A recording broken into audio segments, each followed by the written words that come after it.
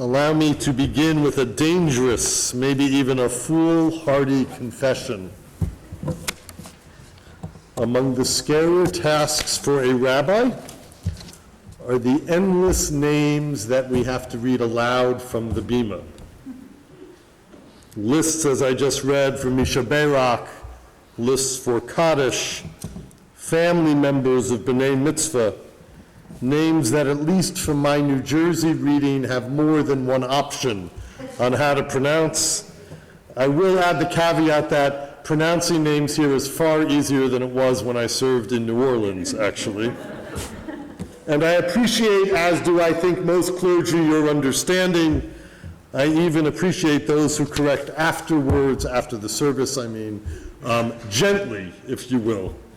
And a few who annually remind me in advance of how to say a name, and after several years now, I'm getting better with some of those names. Yes, Jacqueline? Better with them.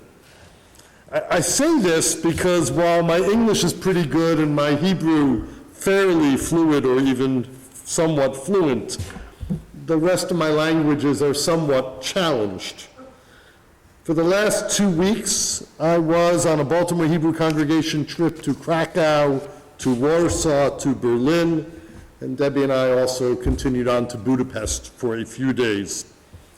On this fascinating journey, simply reading the names, what I already confessed about reading names here, was challenging in its own right. But going to Poland and Germany and Hungary as a group of Jews, or I think individually as a human or a Jew, adds a whole new set of levels of the complications and the meaning and the weight of names of all sorts. Some of the very places we visited are heavy names for Jews to consider, to read out loud. Poland, Germany, Auschwitz. These and others weigh heavily for us. Many place names remain hard for those of us who lack any German, Polish, or Yiddish.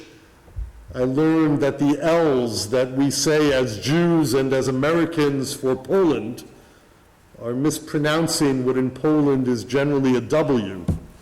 And yet I think for our Jewish family members who dwelled in those countries, they weren't speaking or thinking in Polish, and we're generally pronouncing those L's in the Yiddish, if you will. In the midst of Europe's current heat wave, what you're hearing about this week was happening the last 2 weeks as well. 40 BHC TRIPS participants wove their way through neighborhoods where Jews lived and often flourished for 1,000 years.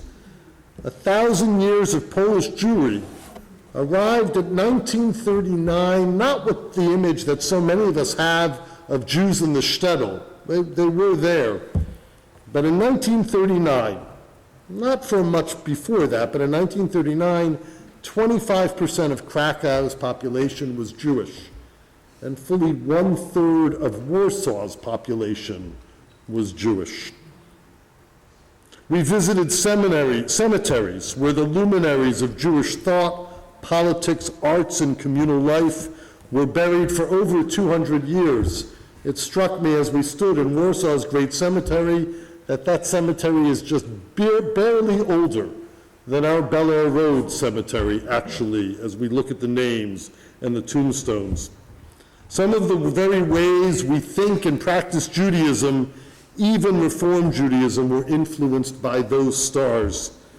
Be it Joseph Caro's Shulchan Aruch, as we visited in Krakow, which organized Jewish practice and seeps even into our practice, or Moses Mendelssohn's early attempts to blend Jewish thought and life with modern life and thought, as we visited the place of his gravestone in Berlin, the only standing gravestone in that cemetery, and it's not the original one, but Mendelssohn's grave, they know where it was.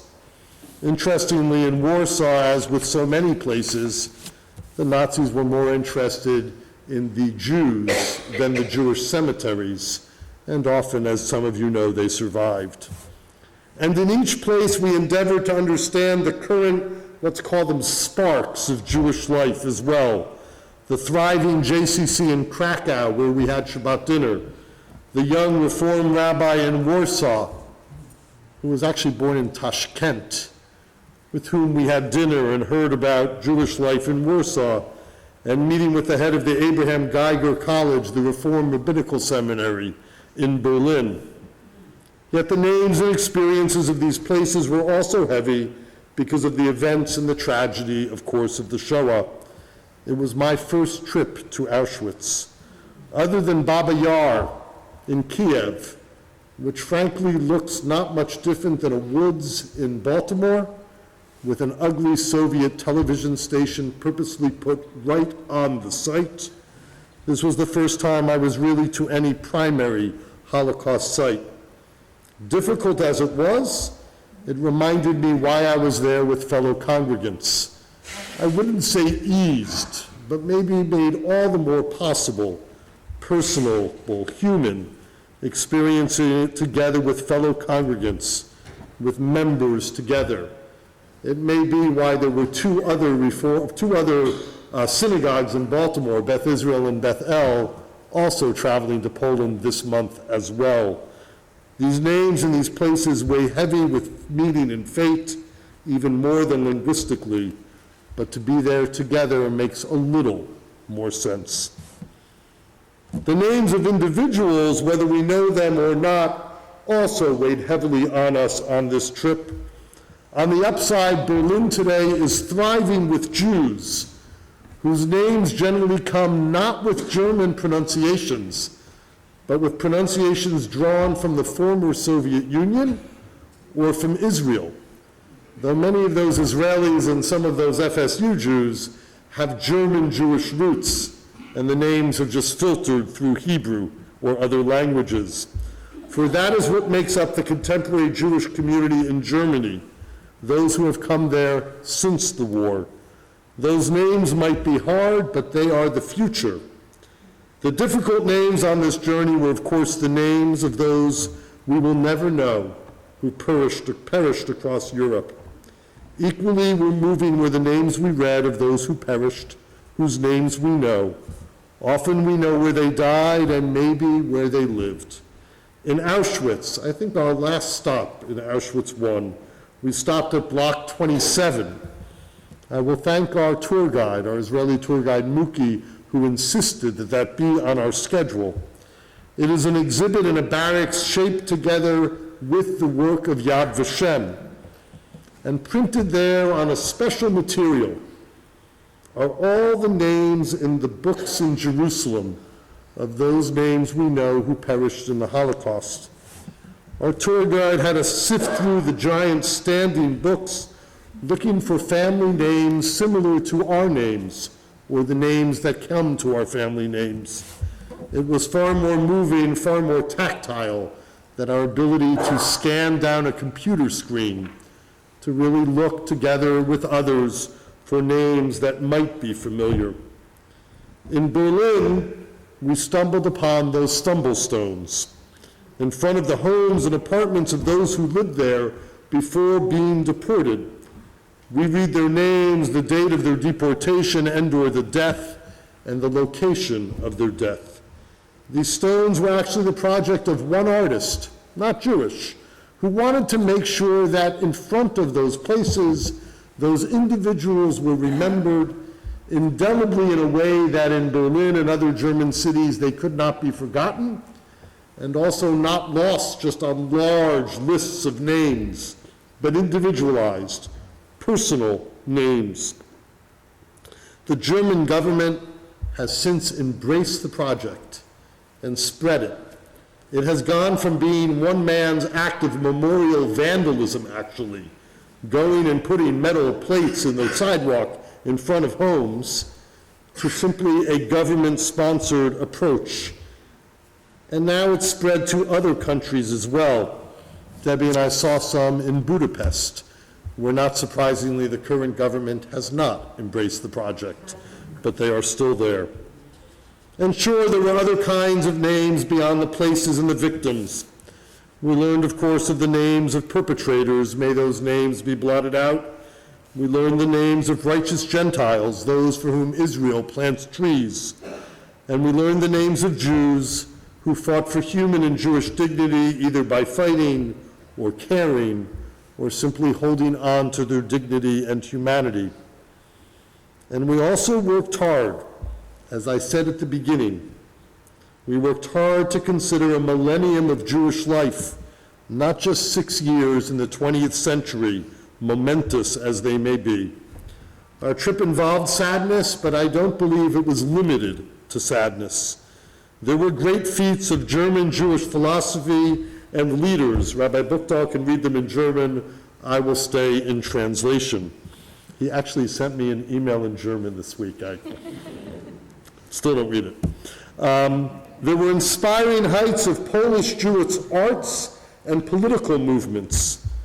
2 weeks is not enough to inhale it, but it is enough time to sense the essence and to pay respect to the great history and the great tragedy, and maybe to lay seeds for those of us who traveled, and maybe for others, to read yet another book, to learn yet another insight about the experiences over the millennium, not just only in 6 years. For most, this was probably their only trip to these places.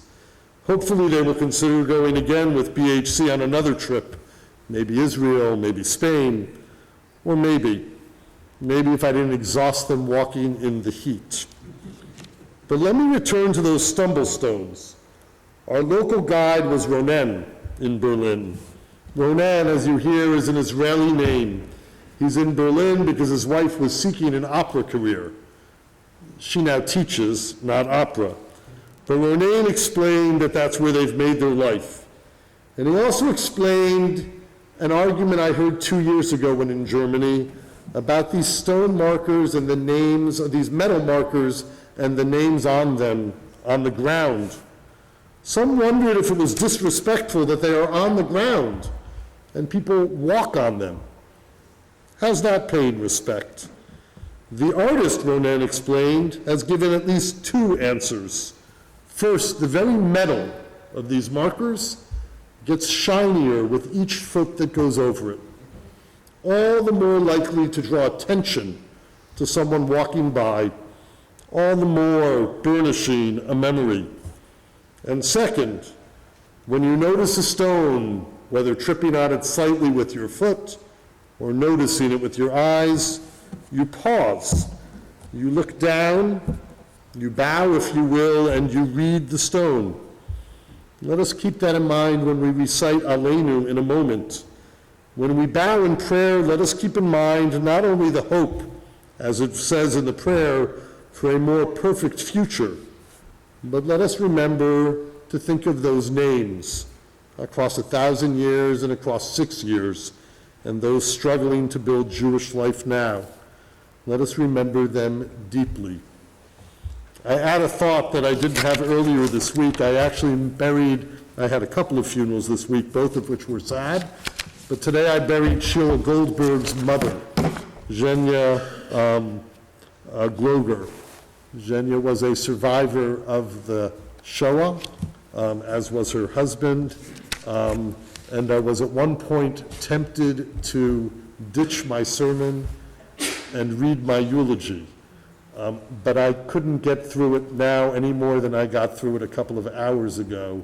The drama, in the best use of the word, the tragedy and the perseverance of this family is inspiring, and the menschlichkeit that came with it.